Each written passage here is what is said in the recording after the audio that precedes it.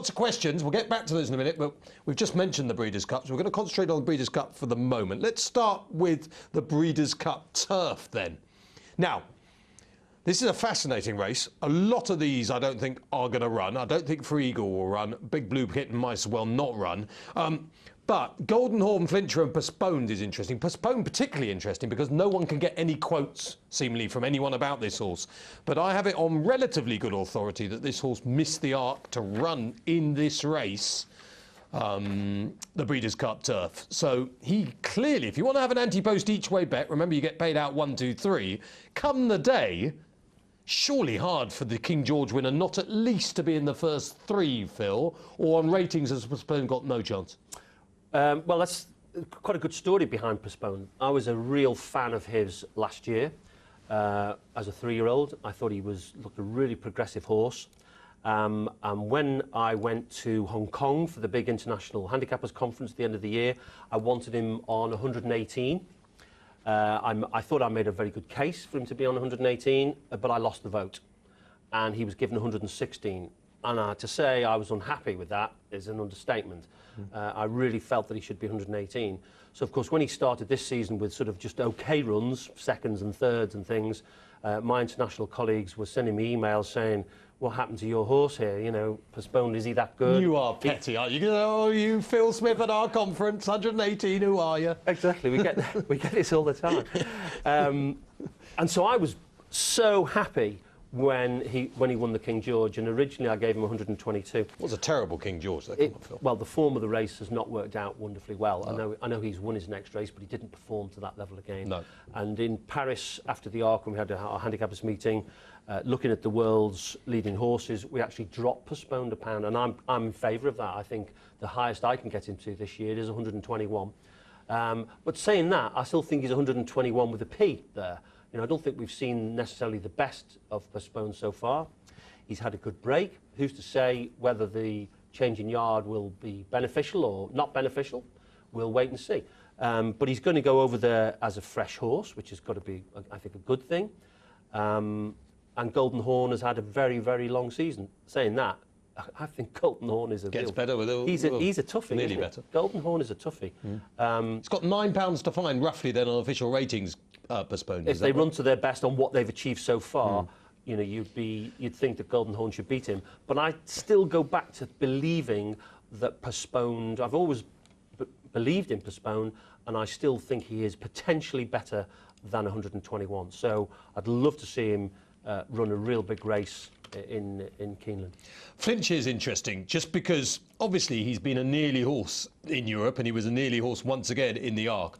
But then he went to Saratoga and he won the Sword Dancer in brilliant style, admittedly against the American turf horses, which we know probably aren't very good. I can't tell you off the top of my head whether he had Lasix on in there, but if he's a horse that did, and he enjoys that kind of thing, American racing might just be his thing, mightn't it?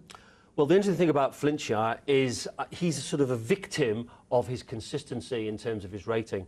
So generally the view around the world is he's almost capped on 123. Right. And because when it comes to the big races and he finishes second and third, that's what he appears to perform to. So when he goes to the Sword Dancer and he thrashes those moderate American middle distance turf horses, you know, you could argue and say that he's performed better than that. But if you look at his overall profile, when it comes to the big day, 123 is really what he tends to perform to. Yeah. Now, let's see what he can do when he goes to Keeneland. I wouldn't be against having him a pound or two higher through the Sword Dancer run, but let's see how he performs. It's still only going to get him to 124, 125, and again, if Golden Horn, and he's clearly an exposed horse, Flincher. But for me, everything's right for Golden Horn because he can pace-make and be held up. If one of those American turf horses decides to go off the clappers, he can just sit second and pounce, and nothing's going to outstay him. Nope. And if 5 or 6 go off fast, he can sit out the back. I mean, just for me, Golden Horn tactically is very bomb-proof, isn't he? The only things against Golden Horn is he's been on the go a hell of a long time, and he's travelled. You know, he's danced every dance, hasn't he, Golden Horn? You know, he's gone across to Ireland, he's gone across to France.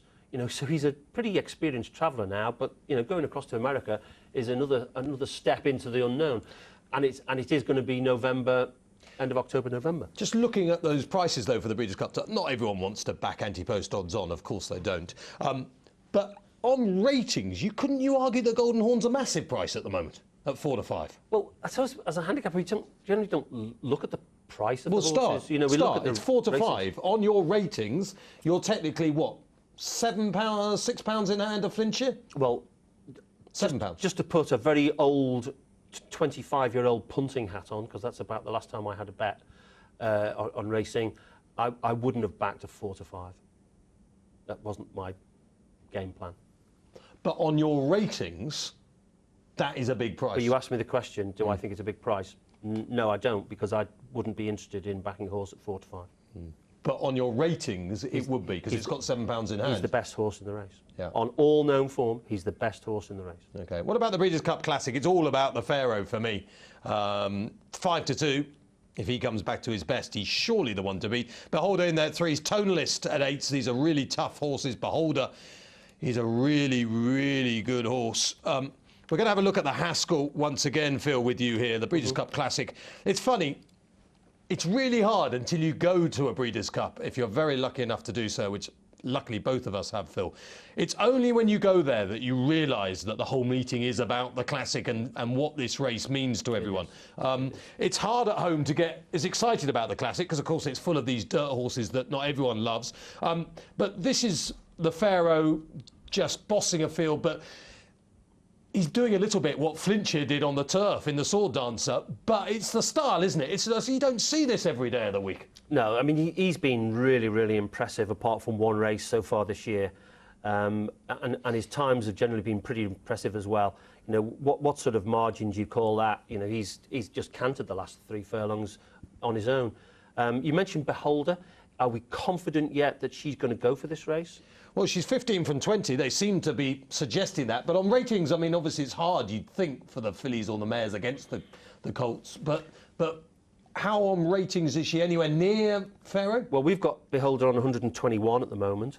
And we're miles away. Pretty happy. Well, she gets a fillies allowance, obviously. Was it 5 or 3? 3. 3. So that brings Still £6-7 away. That brings her closer.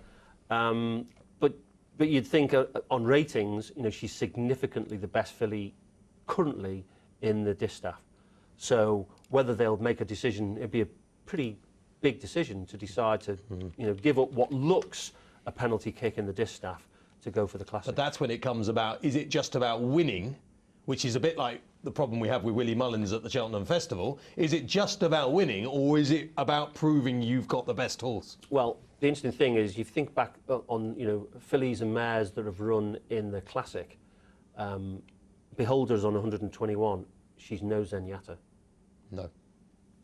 And she's also got a pensioner on board, of course, Gary Stevens, who'll be down collecting his at the office before he goes racing. Tonalist was back to his brilliant best at Belmont last time in the Jockey Club Gold Cup Stakes. I mean, Tonalist is a pretty solid 4-year-old horse. I mean, he was well beaten by Bayern, though, last year, wasn't he, Tonalist? I don't know about him. Yep, we've got him on 120, which is the same as we had him on last year. He's incredibly consistent. He runs his race on a regular basis. On all known form, he's not good enough. OK. Jake says, poor USA turf horses. Group 2 at best, the turf horses in America. I mean, there's no chance of them winning the turf, is there? No chance. Our horses would have to fall over. It would be one of the biggest disappointments of the meeting if they win that race. Yeah. And your ratings would be up completely, you know what. Which can happen. Well, no, we hope not. OK. Right, we're going to take us just finally then, Phil, because we like selections from you, and now you've proved yourself a top tipster with Golden Horn, and the Classic goes to? American Pharoah. And the turf goes to? Golden Horn. So you would back him. OK, we'll go for a break.